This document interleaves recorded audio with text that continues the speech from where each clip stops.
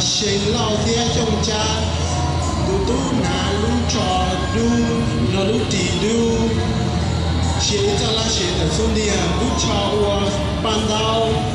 sinh na lu trò du nó lại tia chế cho la ở xuống đi tiền ở nó bỏ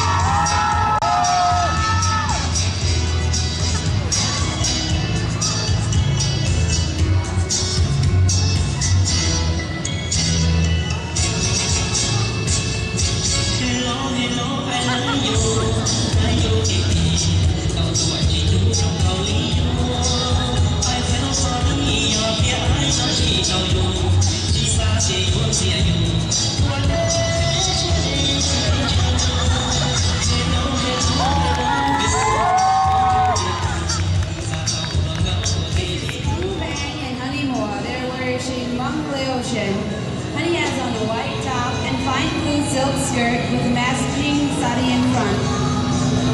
Who has a plain white t-shirt, black trousers, and a blue sash, but it's not typical of Laotian wear. คุณใส่เรามั่วลุ่มเบหัวหาหนีมัวเทียคูบ้าเรียนน้ำมงบลอคุณนาลุจีดูนาลุจอดเตอร์หาหนีนาได้เทียเสียนาลุจอดเตอร์ได้หาหนีซิปืนมาเชียร์อีต่อเชียร์เราต้องได้รู้อยู่ว่า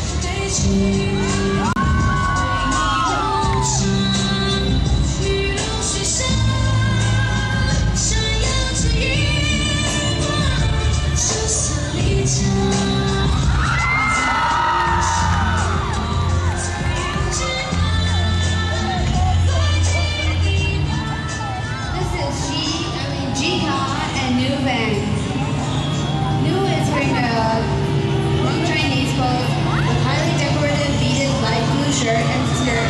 and a colorful white beaded hat. She has a black dress pants and Chinese style shirt with a dragon on it. คุณสายน้ำมั่วลุ่มเบหัวจีคาเทียนูบ้าเงินนักนั่นอย่ามองชัวนู่นนาลุชอบเสียเราแต่เตี้ยเสียได้เลยเราลูกกระหม่อมจีนาเตี้ยขันอย่าดูเตี้ยลูกจีดู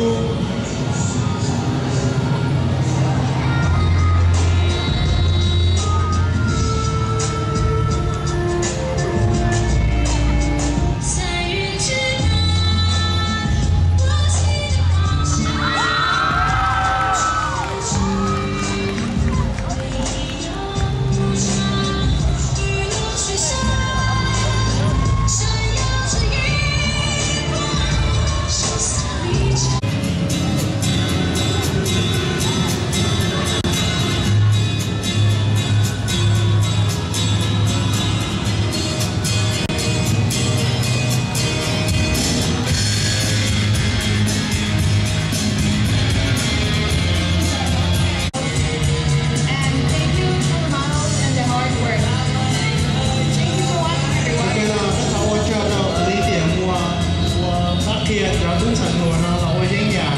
啲就經開我，就把我就看着呢，就叫你攞手就俾佢啦。